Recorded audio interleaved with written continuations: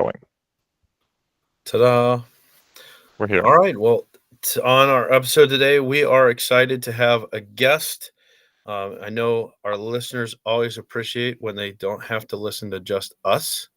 And so we were previously at the Keystone Christian Education Association's Educators Conference, and we had the wonderful privilege of running into Lesli Nichols and interacting with her and seeing her present some of her workshops.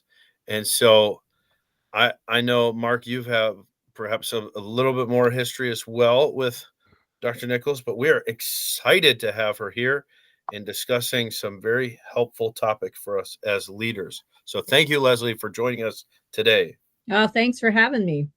Now, Dr. Nichols, we do have the routine of asking those who join us who are of advanced degrees. I was definitely going to let you ask this question. Yeah, if they would allow us to go on a first name basis, because otherwise we do have to call Matt his great grand potentate senior, ruler of all. Otherwise, either Lesli or Your Highness, either one is fine. Oh, great! Now it's just going to be Your Highness the rest of the day. Because if you asked the 7th graders to do it, they would absolutely do that, though. Oh yeah, 100%. Your Highness, please help. All right, but what we're excited about specifically is that Lesli's going to give us just a few thoughts specifically from her Overwhelmed Administrator workshop. Now, Matt, you went to that not because you were overwhelmed, because you wanted to see what everybody else was. Actually, I told her, I said, I'm not here for myself. I'm here for a friend. Yes. And then the friend walked into the workshop with me. So it was good. Well, Lesli, if we gave you the open floor and we said, first of all, where did you even come up with the idea that there would be overwhelmed administrators out there? Where did that even come from? Oh, personal experience, 100% from day one. So yes, that's where that came from. You mean the shine came off really soon for you? Oh, there was no shine to begin with. Honestly, I call myself a reluctant administrator. Yes. It was not anything I ever saw or position I ever saw myself in when I got into education. It was the Lord shoving me into that role in multiple situations. So yeah. All right. 100%. Yeah. Well, talk to us a little bit about that. Just a quick glimpse from you, I imagine, as an educator and then into administration. What was that path for you? That's interesting to us with that theme running through our shows too. Sure. Yeah. So I taught high school English, speech, and drama for 20 some odd years before I ever got into the administrative level. In 2010, I had gotten a master's degree in counseling. So I took on those responsibilities. And at the time, our administrator and assistant administrator treated that kind of like an administrative position. It was almost like a trifecta of, administrators. So I was kind of in that role and I loved it. I absolutely loved guidance counseling, having those touch points with students. It was definitely right up my alley.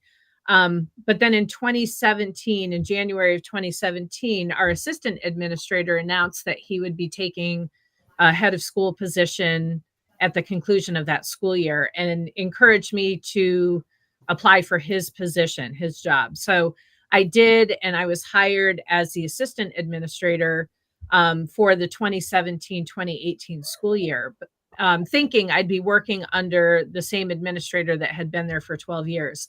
But then at the end of that year, like 2 weeks before school ended, he announced he was also leaving. So I was kind of in this de facto position of having no administrative experience whatsoever and being the only administrator on site that summer while the church looked for a new head of school. And talk about overwhelmed. I mean, it was from day one. I was overwhelmed. I sat in the office and just cried because I didn't know what I was supposed to do, where I was going to start. At that point, I had to put together our whole master schedule for our secondary because it hadn't been done yet. So yeah, it was extremely rough. And then when that administrator came in, I think the second week of August, and he only lasted 2 school years before he was butting heads with the leadership and wound up resigning. So then I stepped in as kind of an interim head of school in 2019, and then COVID hit. And our church pastor resigned. So the church was focused on finding a head Oh man. pastor, not a new head of school. And so then they brought in a consultant because the church at that point decided they were going to move the school to independence throughout that whole process of finding a new pastor. And so they brought in a consultant who wound up helping with that separation. The board hired him as head of school. It was a disaster, didn't work out. So then I had to step in once again as this interim head of school. And then we just hired a new head of school that was installed in August, beginning of August. And, so far things are looking great. But yeah, it's been a roller coaster. So yeah, Wow. the overwhelming situation I've been in. So this new guy, on average, will be like what, 2 years? That'll be what his tenure is. Oh my word! No, so he's definitely in it for the long haul. Just bought a house here in the area, so I'm looking forward to working with him for however long the Lord has us in these positions. So, wow. Yeah. My mind automatically goes to, I wonder how many of, yes, our listeners of the podcast, but just of millions of them, Christian millions schools, of those listeners. of course, the Christian school leaders, I have a similar story. Oh, sure. We're not seeking after the administrative position. We just find ourselves in it. Yep. Because I know more than a handful, just personally, that it's one of those interesting things. Yep. Well, I'll tell you what, if one more person had said to me, for such a time as this, I was going to slap the fire out of them. I did not want to have that verse quoted at me one more time. Oh man. I'd tell you not on the complete other side, but on somewhat of the other side, because I was one who went out and looked and actually found, was one who stepped in that head of school position looking for the gig. And when you bring up the butting heads with leadership, yeah, that's a real thing. And what you get is someone who, when you're walking into that new position, there's got to be a great level of understanding on both sides and perhaps this is where I could grow too, of just exactly what that leadership team, their makeup is, their the way they expect to go about the business versus what the expectations are of myself, of that person. And if those things are incompatible, then they're incompatible. Right. And there's I little think way around it. That was the biggest issue with the one that was here for 2 years, because he came in and made incredible changes right off the bat. I learned a ton from him, but he was a revolutionary. I'm a reformer. It's a very different approach.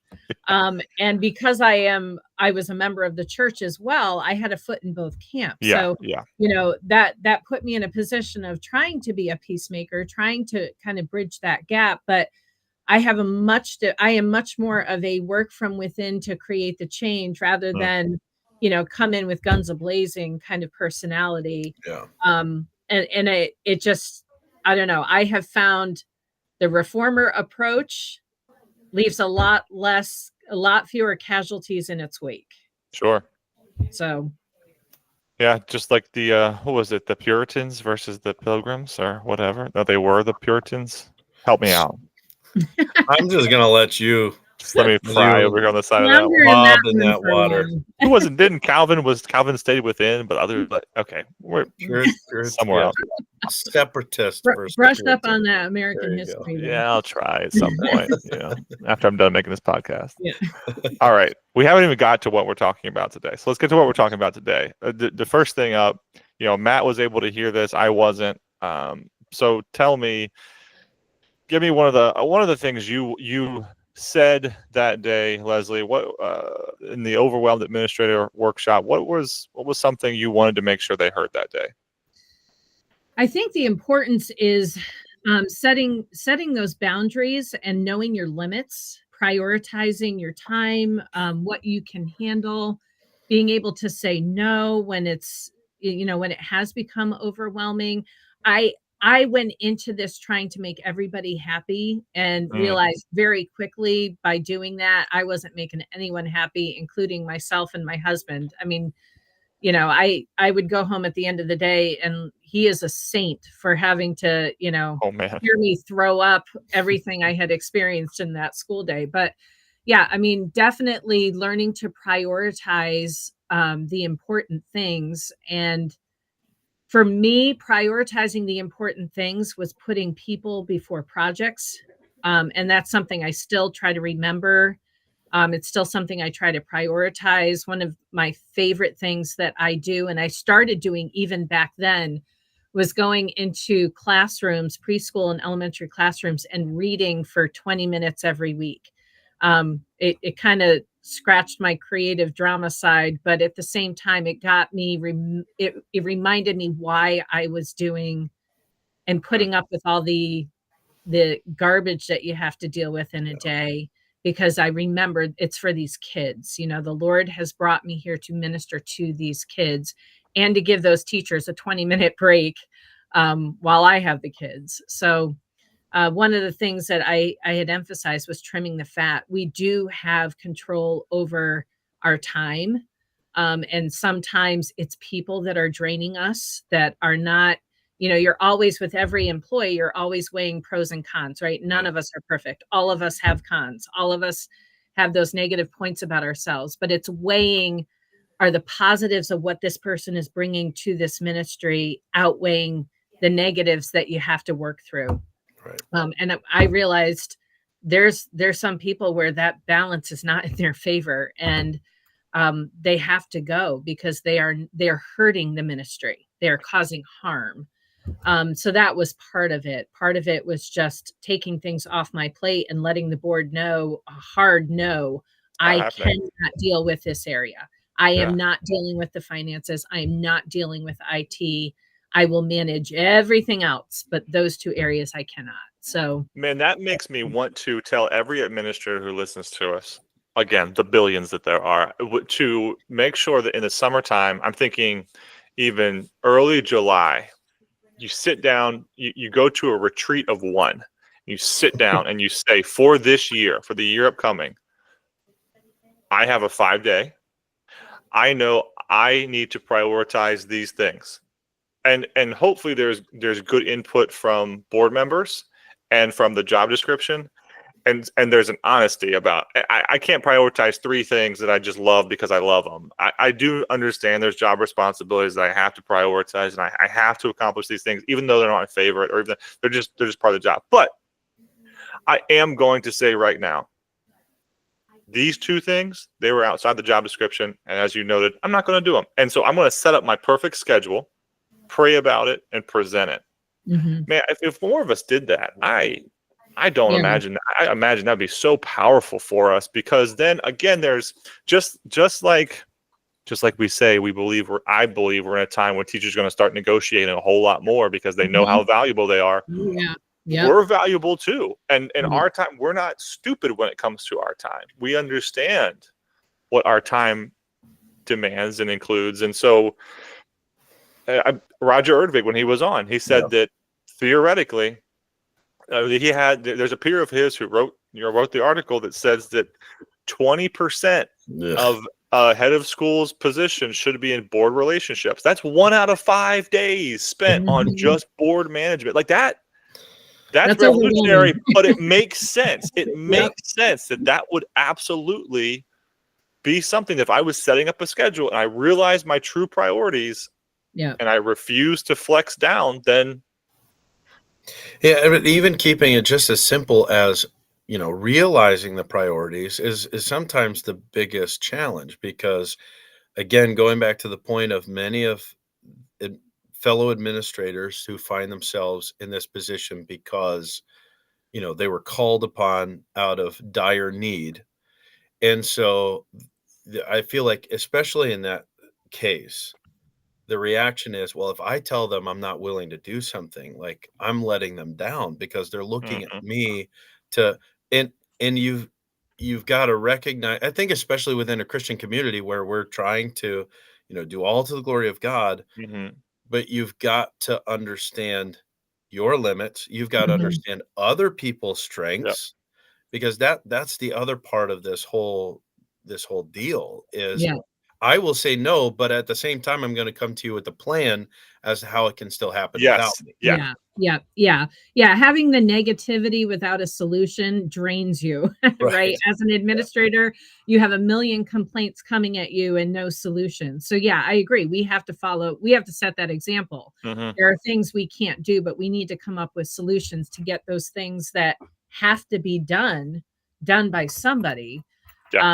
One of the things that really helped me with prioritizing was going through the accreditation process, because there were certain things as an administrator I had to do for us to meet accreditation. One of those things being, a set classroom observation schedule throughout a school year. And that's one of the things I told the board, I have to fit this in. This was one of our recommendations because I was failing in that area when I was trying to juggle way too much.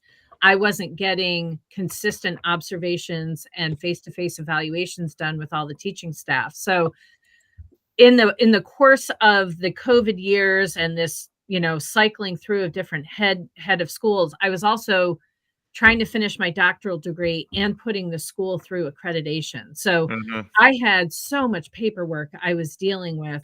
And when we had our accreditation review, that was one of the recommendations is, listen, you've got to prioritize an observation plan. And so I have implemented that due to that recommendation, and I have stuck to it. Nothing comes before doing that, because I'm not going to be the one to risk accreditation after I work so hard to get us here. So I will get those observations and I will get those written evaluations, those face-to-face evaluations done with the staff. So yeah, that has helped me learn, okay, there are certain things that are part of my job that must be done. That cannot be, well, we don't have time for this. No, I have to make time for it. Lesli, tell me, I love how you narrowed down there to there is a priority that nobody else tramples on, and tramples is as a pejorative. Right. Maybe they don't realize they're doing it. But you mentioned earlier, I'm not sure if you said it in jest or if you said it because it actually was one of the things you're not touching was IT. Maybe for us right now, could you off the cuff even give us some examples of these are the untouchables? One, I'm going to sit with students for 20 minutes. I'm going to do one class. I'm going to hit every classroom throughout my week. A second untouchable of I'm going to be consistent with my reviews and then the conversations with the teachers after my reviews. Yeah. And so maybe if those are two, and then we know one that you pushed off or you noted as this isn't, and maybe IT was that for you. Do you have any more of those quote unquote untouchable priorities? Like this is happening and no one's getting in my way from this happening. Absolutely. So I got into education because I love especially working with teenagers. Okay. And so when I moved into this position, especially after working in the secondary world for, decades and doing the guidance counseling, I had to prioritize, I can't lose that touch point with our teens. So for me, prioritizing that is doing college trips with students, because you have the best conversations on those 12-hour road trips where you're really getting to the heart of where students are. The senior trip. I've been doing that. My husband and I have been doing the senior trip for this will be our 19th year doing them. And just now, does that keep you young or does that kill you? Which one is a little of both? It's a little of both. The older I get, the more it's leaning to the killing me side. And then missions trips and service projects. So once a month we go to a local food pantry and I serve with the kids. Now I have another teacher who's jumped in and we kind of split the time taking the kids over there, but hands-on, serving homeless people, working in the food pantry there, and then doing missions trips. We have a Christian school in Nicaragua that we work with, that we're partnering with. And every 2 years we do missions trips. So we're coming up on one in March. So that involves a monthly book study where all the kids and the chaperones come to my house. We do 2 hours on a Sunday afternoon, have snacks and stuff, but do a book study together, break into our teaching teams, build lesson plans. Because one of the things we do is we teach in the classrooms, have a prayer time, encourage each other, and just build those relationships as a missions team. So for me, prioritizing is relationships, whether it's with the teens in those kind of settings, whether it's with the kids reading to them in the classroom, whether it's with the teachers, just stopping by their classroom and chatting with them, or, knowing they're going through a hard time, making sure I have those touch points. We're in this for people. This is not a task-oriented field. This is a people-centric field, and we're called to minister to them. So, that to me is looking for those opportunities to truly minister to the people God's put in our pathway. Right. So we're a ministry, but it's a sales service. It's a service industry at some point. Yeah. It's also an educational institution. How many more things can we add to that? Counseling is another one. Yeah. And so to me, the business side of things, that's where I draw the line. Like I told the board, initially they approached me several times about taking the head of school position. Well, you take head of school, we'll just bring in a new principal. And I said, why in the world would you want someone who's never even taken an accounting class coming in and managing a $3.5 million budget? Like, that's just not good stewardship. I can tell you right now, I am not equipped for that.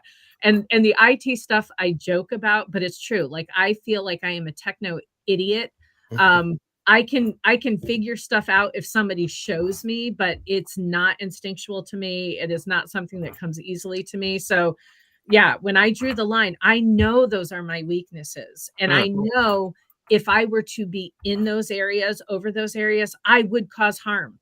And so I recognize that enough about myself that, don't put me in a place where I'm going to hurt the ministry. Right. My heart is to help the ministry. And so I need to know my own boundaries in those areas. Man, the board has to be self-aware. The leadership instruction over has to be self-aware enough to say, we don't want that either. We don't want to hurt the ministry either. Well, we had a new board. I mean, we had just gone through the separation where we had been an elder and deacon run school board. And then we went through this independence, and everybody on the school board, none of them had served on a school board before. So they were learning, I was learning. And I realized early on, like, okay, I need to set these boundaries, because by default, they're going to just expect me to know what to do. And I had to be honest and like, I don't know what to do in those areas. Like, you're barking up the wrong tree on that one. So yeah, it was a lot of honest conversations. And that was one of the things I told the board from day one. I said, I will be honest with you. I am not going to pretend that I understand everything, but the things I do understand, I will speak up and speak truth into. Yeah. So yeah. Okay. Well, that was all one point, I think. So, Matt, you wanted to say something? Go ahead. Well, I was just going to bring up again, you mentioned going through the accreditation process. And in my mind, I'm trying to think for our listeners of, how many of our schools have hesitated to go through that process, mainly because, you have an administrator who's in the position who's not qualified for the position. You have teachers in the classroom that aren't qualified to be teachers. I feel as if that is probably the vast majority of the reason or rationale as to why people don't go through it. But here's kind of a recommendation I would have based on what you're saying is, even if you feel that your school is not in a position to successfully navigate accreditation, go through the process anyway. Get a hold of a manual because I know even for me, like, yes, I came into a position that was well established, and I had a clear understanding, having been on the board and having been a teacher for several years. So I had a pretty good idea of what it was expected. But walking through the accreditation expectations really opens your eyes to things that you could do better, even with just minimal changes. But it's also encouraging when you see, hey, we're doing this right. Right. Like, that to me was like some of the most exciting pieces of that process, because we did the American Association of Christian Schools, the AACS accreditation process, and they you have your 12 standards that you're working through evaluating your school in each of those areas, and they would often lump 4 or 5 different indicators, asking you to sum up these 4 or 5 indicators in one paragraph. I actually broke it down and did every indicator because, I told the executive director of the AACS as I was doing this, he goes, you're doing more work than you need to. I said, I get that, but I need to know point by point where we are and where we need to improve and maybe what we're already doing well. And so for me, Leslie, it was, I gotta hit pause here. yep. I gotta hit pause just because I think we had an internet issue. Could you back up just a little bit? I hate to do that because you're on a roll. Could Yeah. you back up to was the start of a board conversation? Matt, can you help me? Did you hear that go in and out a little bit? I didn't hear it. It was smooth for me, so it may have been just yours. Ah. But let me think. Going back to I don't know where it blipped for you, but you heard her say about the AACS saying you're doing more work than Start you there. need. Start there. Yeah. Start when you Okay. said we're going to pursue AACS. Start there. Sorry about Okay. that. So when we started pursuing the AACS accreditation process, they have the 12 different standards laid out for you, and each standard has different indicators. And oftentimes they would lump 4 or 5 indicators together and just ask you to sum up those 4 or 5. But for me, I actually did each indicator separately because I wanted to know the details of where we stood in each of those different areas. And for me, that was really helpful because we did make some changes right off the bat. We started the process 2 years before we actually did our accreditation review. So it really gave us time to implement the changes prior to the review to make sure we were where we needed to be. We were also in the middle of that transition to independence. So I actually had to do double duty because I had to review what we currently were under the elders of the church as our school board and what we were moving towards with the independence, which I had no idea because we had never been independent before. So I'm like, okay, this is what I think we're going to be in 2 years. So that was interesting. Oh, man. All right. What I was going to say was this has all been one point. So I think we have time for maybe a second point right now, which is just great, which is just awesome. You hate to cut these off. We are trying to keep it limited. So what would be, I guess, the next best or the best if you saved it? What was one more thing you wanted those administrators who came to the Overwhelmed Administrator Workshop to walk away with? What was that? Making sure our relationships are where they should be. Because it's very easy when you're pouring in 60, 70 hours a week into a ministry where, that becomes your number one focus, the relationships in that. And I didn't get a chance to share this. And if you just hang with me here, I'm going to share a little bit of a story with you that I wasn't able to get to in the workshop. But it's very important that we are prioritizing, number one, our relationship with the Lord, because he needs to be our source of wisdom, our source of strength. When we try to do it in our own strength and our own wisdom, we're going to fail miserably. Number two, our relationships with our families. That has to be, right behind our relationship with the Lord, and then our ministry. I didn't get a chance to share this story, and I'll share it with you guys and with the podcast. And I'm going to leave names out of it because I don't want to hurt any family members where this was a very painful experience. But we had a family member who was involved in a church as an assistant pastor, but also the administrator of the Christian school, had serious major health issues, and was really struggling. The pastor kept putting more and more responsibility on him as his health was in serious decline, and he succumbed to a relationship with a student, and he bore 100% responsibility of that, 100%. However, he was in such a weakened state in his relationships with his family and physically, and had things out of whack, and it left him vulnerable. Because let me tell you, Satan wants to take us all out. Absolutely. We are preparing the next generation of students to go into battle with this world. And, we are facing very dark forces in our culture. So, it's low-hanging fruit to take those of us in leadership out so that those kids, doubt their faith and doubt the reality of what we are preaching to them day in and day out.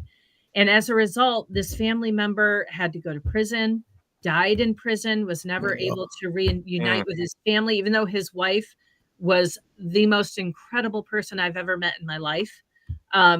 And she was willing to forgive and go through counseling and reunite, but he never made it out of prison. And I look at that, and it is a reminder to me, because it was such a personal experience, that if I don't keep my relationships in the proper order, I am just as vulnerable, just as susceptible to Satan taking me out. And so thankfully, I have a wonderful husband who is very supportive of the ministry, very supportive of what I do. And I'm so thankful for that. But none of us are immune. Yeah. That. And I think, to me, when we become overwhelmed, we become easy pickings. Yeah. For Satan to take us out and cause serious harm to the next generation. Yeah, even with that. So obviously being in a very vulnerable position opens yourself up to temptation. But I mean, we're seeing it also with the teachers and administrators that become overwhelmed. They just give up. Is the other thing. Because again, if our priority with our relationship with the Lord and relationship with our family is where it needs to be, I mean, hopefully we will more quickly abandon the ministry to preserve those relationships. But I mean, I don't know about you guys, but I feel like I've seen so many walking away from education just for the purpose of, I can't keep up. I can't do it. Well, we make assumptions that everybody is strong in their faith and, ready to face all of it. And it's not true. I mean, I as a 36-year-old went through a crisis of faith. And at that point, I had already been in Christian education for, let's see, how old was I? 15 years. And then went through a traumatic death. My mom was killed in a car accident, and it just shook me to my core, which is what sent me to going to seminary and doing my master's degree in counseling. But I was really doubting my faith. And I had been a Christian school teacher for 15 years. I was a mom of 3 kids. It just was, we make assumptions that everybody is at a certain place in their journey and their walk with the Lord. And they're not. We have on our staff Christians who are weak. We have on our staff Christians who are going through difficult trials, who may not walk away from those trials with their faith intact. And so we do have a responsibility to our brothers and sisters in Christ to encourage, to provide opportunity for growth. But when we are piling on them, that's why I'm very careful with my observations, that I try to make them 95% positive and encouraging, because discouragement could cause someone who's struggling in their faith to walk away and say, yep, see, they're all the same. They're all like that. They're just out to get us. And, so that's just something near and dear to my heart, because I know the vulnerable position I was in, and I was ready to walk away from it all after 15 years. So, yeah. Don't walk away. You're leaving us behind. Don't do that. No, no, trust me. I learned through all of that, through some really hard times, that it's the Lord 100% that keeps me going day after day after day. So if I were to ever walk away from that, just bury me, because it would be over. So. Oh man. You're doing a great job. Thank you for sticking through it. And it's a great opportunity now to share your story and to share, even on this podcast, that I know there are others going to be in that same boat, that this can be an encouragement to them. Well, even at the conference, after one of my sessions, I think it was one about the hurting students. The Christian school is a haven for wounded students. And I had one of the teachers come up to me, a younger teacher, and she was just in tears. And she started telling me her story of abuse, abandonment, what she was struggling with as a young teacher, a newer Christian. And I was like, man, we cannot jump to assumptions on people. Even in Christian education, even the teachers in our schools, they need encouragement. They need that, those of us in leadership being that servant leader to them. Absolutely. Man, Leslie, this has been great. We appreciate you coming out. We got to shut it down now, but help me out. You said you're going to be in Nicaragua this March? Yeah. Yep. What are the dates of that again? March 21st through the 30th. Ah, so you can't be at the Max No. administrative meeting. We'd have to zoom you in. We should Yeah. do it anyway. We should make it happen. You know, I probably could zoom it in because the guy that has this school is so tech savvy. Everything is Nice. wired to his phone, so I'm sure he could get me on there. So Nah, you focus on that. That's good. Yeah. We'll have you next year. I'll be good. Leslie, thank you for joining us today. We really appreciate Absolutely. you what you do. It's been a blessing. Thank you, guys. Oh, you're the best. All right, I'm gonna actually send it over now to our partner, our brand partner. Ba-da-ba-ba-ba. Not McDonald's. Not now. Didn't they just have to get the Big Mac off their menu because people are dying?